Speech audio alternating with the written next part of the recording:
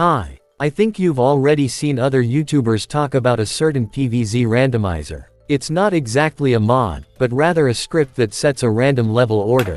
That means after completing level 1-1, you could be thrown straight into a roof level or anywhere else. At the same time, your arsenal will only include the plants you've already unlocked. If you've watched videos about this mod, or rather, this script, you probably already know that. But this script can be configured not just for a random level sequence, but to make pretty much everything random. A random plant after each level, random plant costs per level, random number of zombies per level, random conveyor plants, random zombie HP, and so on. In other words, you can turn the game into complete chaos. And today, that's exactly what I'll be doing in this video as I try to beat a fully randomized version of PvZ. So let's not waste any more time. Leave a like, subscribe to the channel, and I'll start the video. You can download the randomizer using the link in the description. Besides the randomizer itself, you'll also find a guide on how to install and configure it. So, let's go over the randomizer settings I enabled. I have the following turned on. Random level order, this is the default one and doesn't need much explanation. Random weights, simply put, this assigns a numerical weight to each zombie, which affects how likely it is to appear. For example, if the buckethead zombie has a higher weight than the regular one, you'll see more bucketheads. This setting makes those weights random for every zombie. Random plant costs, this randomizes the cost of all plants for each level. Random plant unlocks, instead of always unlocking the same plant after a certain level, you'll get a random one. Random zombies, as you might guess, this adds random zombies to levels where they normally wouldn't appear.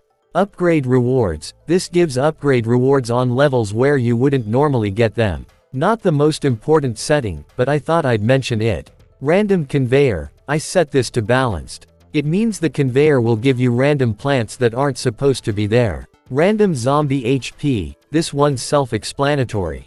But the HP doesn't always go up. It can also lower the health of certain zombies. I set it to medium randomization.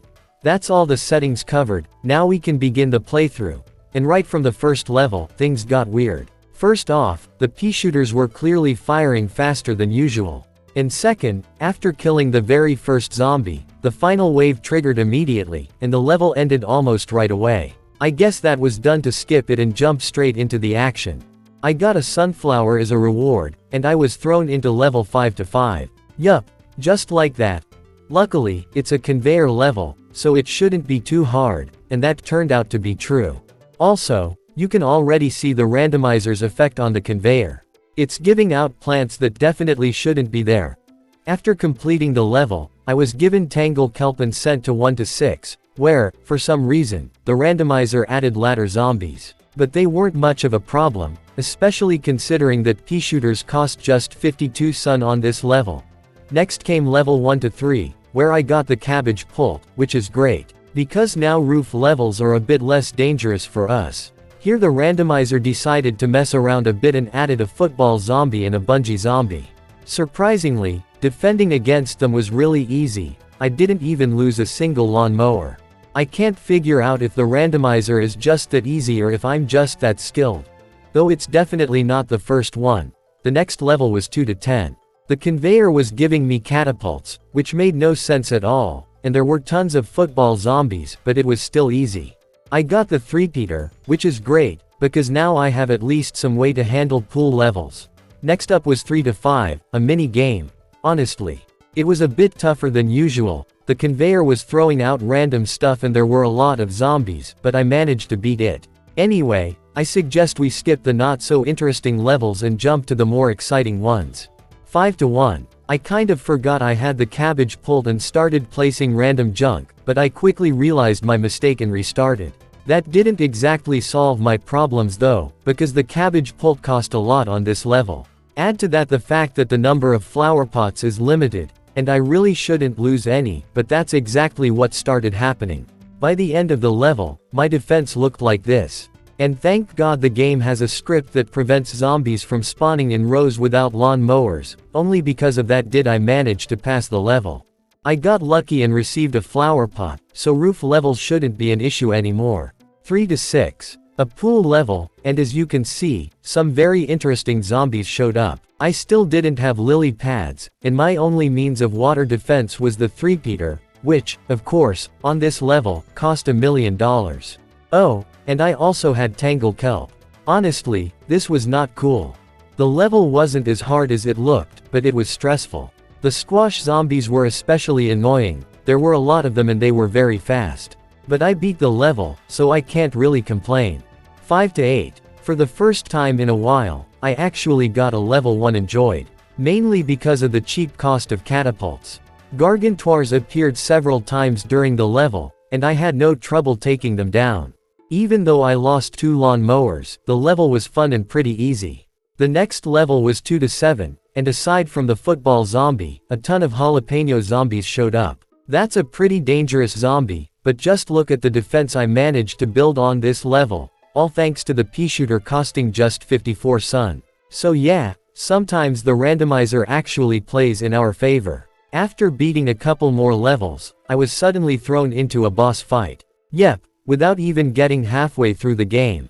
As mentioned in the message above, Zomboss has 17% more health than usual, which is quite a bit. Surprisingly, the conveyor was giving me the right plants, or almost right, and I didn't really feel much of a difficulty spike. Though it did seem like Zomboss was summoning stronger zombies more frequently. I beat him in 8 minutes and got the sunflower statue, though for some reason it didn't appear in the main menu, probably because the game's script isn't designed to give you that reward this early. Next up was 3 to 8, and I still didn't have lily pads. Of course, that's when a dolphin rider zombie shows up, so I had to take him out with tangle kelps, but that didn't save me from losing all the pool cleaners. On top of that, the plant prices were interesting, let's just say, but whatever. Then came 3 to 10, and the conveyor decided to mess with me by spamming garlic, which made zombies constantly make their weird faces. The level was packed with pogo zombies, and I even lost a lawn mower, even though this was a conveyor level that was supposed to give me melon pulps. Honestly, that was brutal. Next was 4 to 2, the first fog level in this playthrough. It had a football zombie and a bungee zombie. Sadly, I still hadn't unlocked the lily pad, so I was forced to rely on the three-peater again, though at least this time. The randomizer showed me some mercy and lowered its cost for this night level. Other than that, it was a pretty standard level. With half the lawn in fog and me not seeing anything, there's not much to say. 2 to 1. This was the first level in the whole run where regular zombies were the minority. Almost every zombie was a newspaper zombie. But that didn't make the level harder. In fact, it actually felt easier and faster than usual. Or maybe that's just my imagination. 5 to 7. At first glance, it looked like a regular roof level, but only at first glance. The randomizer decided to mess with me, and after the first wave, bungee zombies started stealing my plants literally every second. And honestly, I started to lose it. On one hand, nothing too crazy was happening, but God, it was so annoying. You plant something, and the moment you do, you hear that awful sound and it's gone. What I noticed is that they kept stealing plants from the same few tiles over and over again. By the end of the level, I just gave up on caring and kept playing, ignoring the disappearing plants. 5 to 4, yet another cursed level. At first glance, everything seemed fine. Reasonable plant prices, 75 sun at the start, normal zombie count, etc. But all of that changed after the first wave. That's when my favorite pogo zombie showed up, now with extra health. Even 3 rows of catapults struggled to deal with him. And I could have handled that if it wasn't for the fact that dozens of them were spawning every second. Add in football zombies for good measure, who, of course, were so helpful in passing the level. Naturally, one of the pogo zombies survived, took out a lawn mower, and, wouldn't you know it, another pogo zombie showed up on the same row and ruined the level for me again. I only managed to beat this level on the 3rd attempt, and even then it was tough. It was actually the only level in the whole run that I didn't beat on my first try. After that, there were a bunch of unremarkable levels. The only one worth mentioning was 3 to 9, which featured a Gargantuar with reduced HP. Also, the cost of repeaters was lowered, so I actually used them as my main defense. Plus, by then I had unlocked lily pads, so I no longer needed to rely on the three-peater. The level was easy, but compared to others, it wasn't as boring. A few more uneventful levels later, I hit a string of fog levels, since that was the area I had progressed through the least. There weren't many standout levels here, except maybe 4 to 7. That one had miners, squash zombies, gargantuars, and balloon zombies, but even then, it was still pretty easy. No more noteworthy levels in the fog sequence. Eventually, the fog stretch ended and I got sent to 3 to 2, which was actually interesting. Just look at how many zombies there are on this level, plus, the plant prices were a bit painful.